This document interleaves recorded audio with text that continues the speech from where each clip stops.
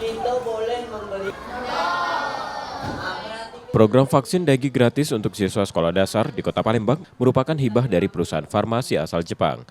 Vaksin bukan produk baru karena telah digunakan sejak 2022 dengan biaya sekitar Rp700.000 per dosis. Vaksin dengue tersebut berfungsi meningkatkan imunitas tubuh anak sehingga menurunkan risiko demam berdarah. Setiap siswa akan menjalani 2 kali vaksinasi, tahap pertama pada Januari dan kedua 3 bulan setelahnya. Data Dinas Kesehatan Sumatera Selatan hingga 24 Desember 2025 tercatat 4.130 kasus demam berdarah, dengan Kota Palembang menjadi wilayah tertinggi sebanyak 934 kasus.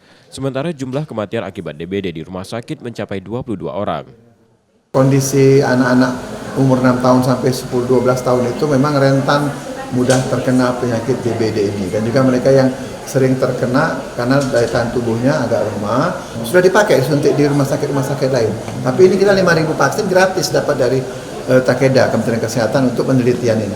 Yang mencegah ini, jadi kalau dia terinfeksi virus dengue, dia mungkin akan lebih nggak begitu rentan parah. Nah begitu, kalau kita cuma batuk pilek biasa jadinya kan demam biasa akhirnya kan gitu.